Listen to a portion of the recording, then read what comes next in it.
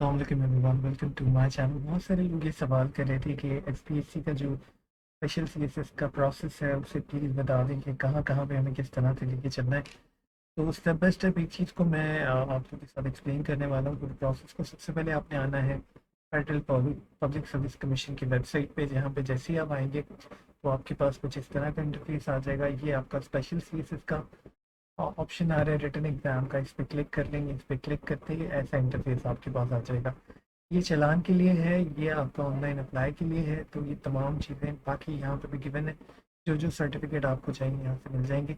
आपने आना है click here to apply online for special CSS के ऊपर। यहाँ पे क्लिक करते ही आपके पास ये इंटरफेस आ जाएगा।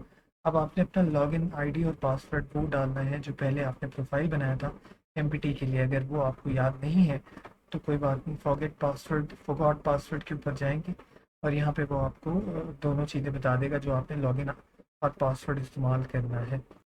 अच्छा जी, उसके बाद इस तरह का इंटरफेस आपके पास आ जाएगा। माय प्रोफाइल पे जाएंगे, तमाम चीज़ें देखेंगे। अगर कोई चीज़ अपडेट करनी है तो वो आप जो है वो अपडेट कर देंगे, ठीक है। माय प्रोफाइल पे जाके और इसमें तमाम चीज़ें आपकी मेंशन होंगी। आपका डोमिसाइल नाम, वालिद का नाम, उसके बाद पर्सनल इंफॉर्मेशन के बाद आपकी एजुकेशन है, आपका एक्सपीरियंस है। इसके अलावा अगर कोई एक्स्ट्रा करिकुलम एक्टिविटी है जिसका सर्टिफिकेट है, वो तमाम चीज़ें आप जो है वहाँ पे दोबारा से अपडेट कर सकते हो। अगर नहीं करना तो अप्लाई फॉर द सीएसएस पे आप आएंगे और यहाँ पे आप अप्लाई कर देंगे। जैसे ही आप अप्लाई पे क्लिक करेंगे यहाँ पे आपके पास ये ऑप्शन आ जाएंगे। अच्छा, चालान मैंने आपको बताया था पीछे, वहाँ पे चालान है, वो आपने लेना है। बैंक में जाना है, नेशनल बैंक में जो है वो चालान जमा होगा।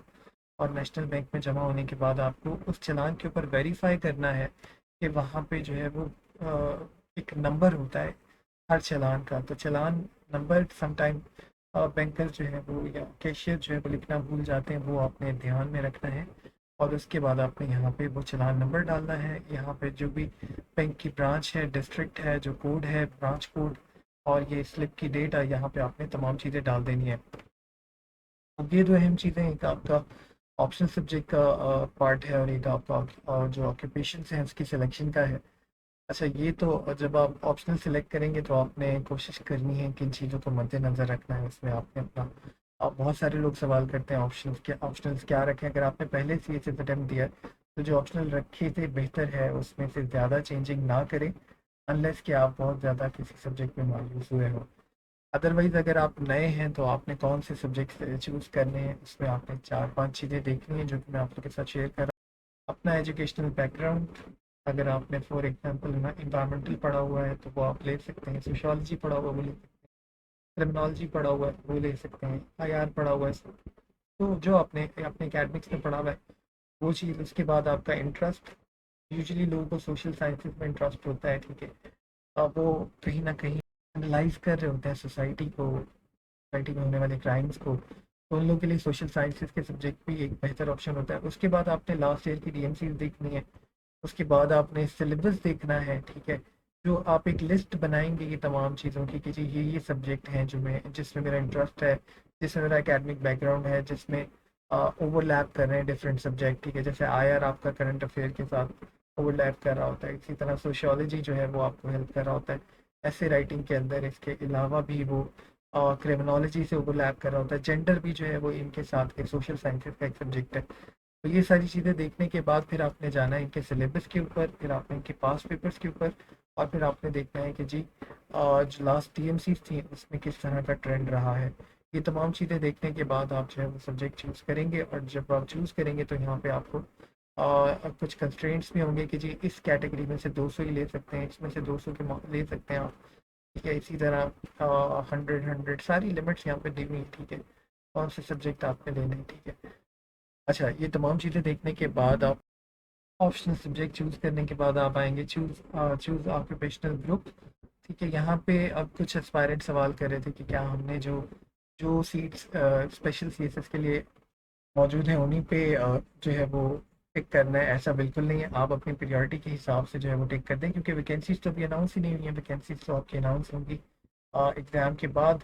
तो आप अभी टिक कर दें, ठीक है। जो जो आपकी प्रायोरिटी है उस हिसाब से आप टिक करें। और जब आप टिक करेंगे तो जैसे जैसे आप टिक करेंगे, for example Pakistan administration services पे आपने क्लिक किया तो ये आपकी फर्स्ट प्रायोरिटी होगी। फिर सेकंड पे आपने फॉरेन सर्विसेज पे कर लिया, थर्ड पे, इस तरह से जैसे जैसे आप जो है वो टिक करते जाएंगे, यहाँ पे प्रियोरिटीज आपकी डिफाइन होती जाएंगी, ठीक है। अच्छा जी, स्पेशल सीएसएस में वैसे आपके पास ये तमाम सीट्स नहीं होंगी। स्पेशल सीएसएस उन सीट्स के ऊपर हो रहा है जो वैकेंट हैं और जो फिल नहीं हो पाए पिछले गुज़िश्ता 20-30 सालों के अंदर, ठीक है। तो ये तमाम चीज़ें करने के बाद आपने जो है वो यहाँ पे आना है और कर देना है, ठीक है जी।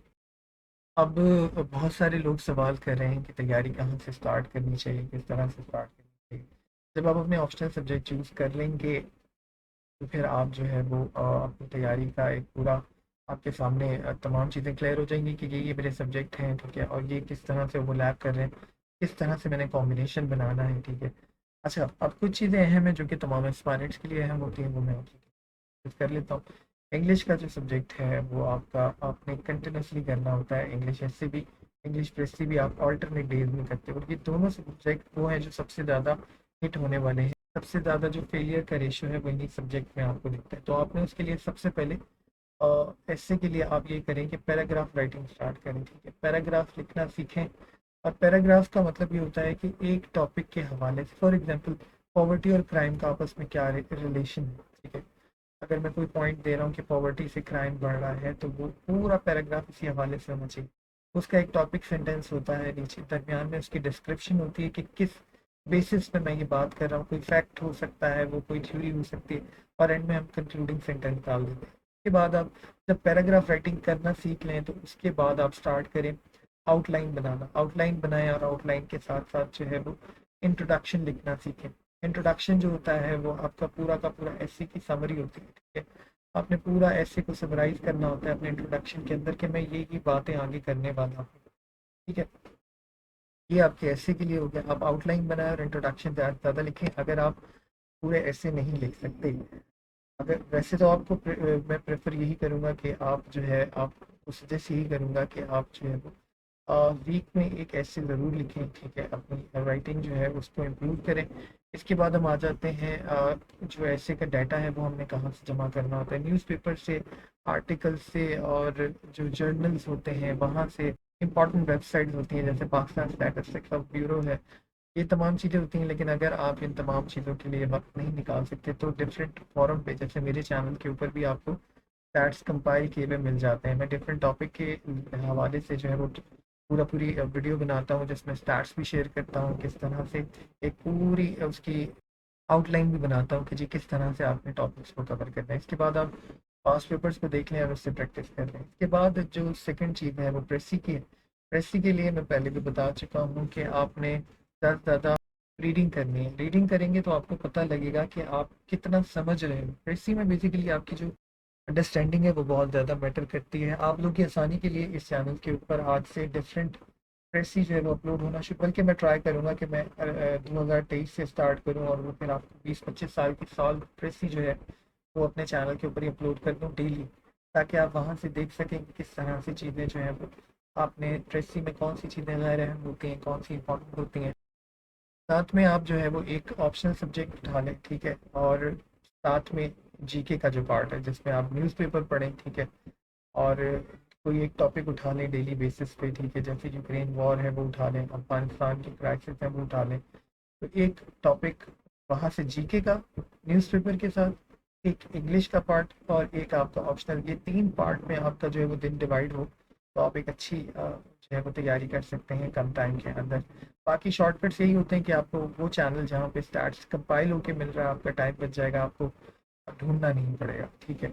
इसके अलावा अगर मेरी कोई मदद आपको दरकार है, आप CSS forum121@gmail.com पे मुझे मेल कर सकते हैं। कमेंट सेक्शन में लिख सकते हैं किस टॉपिक के हवाले से आपको वीडियो चाहिए या किस सब्जेक्ट के हवाले से चाहिए, तो वो भी अपलोड हो जाएगी इस चैनल पे। होपफुली वीडियो आप लोग के लिए फ़ायदेमंद होगी। वीडियो पसंद आए लाइक एंड शेयर कीजिएगा, चैनल को सब्सक्राइब कीजिएगा। Thank you so much. अल्लाह हाफ़िज़।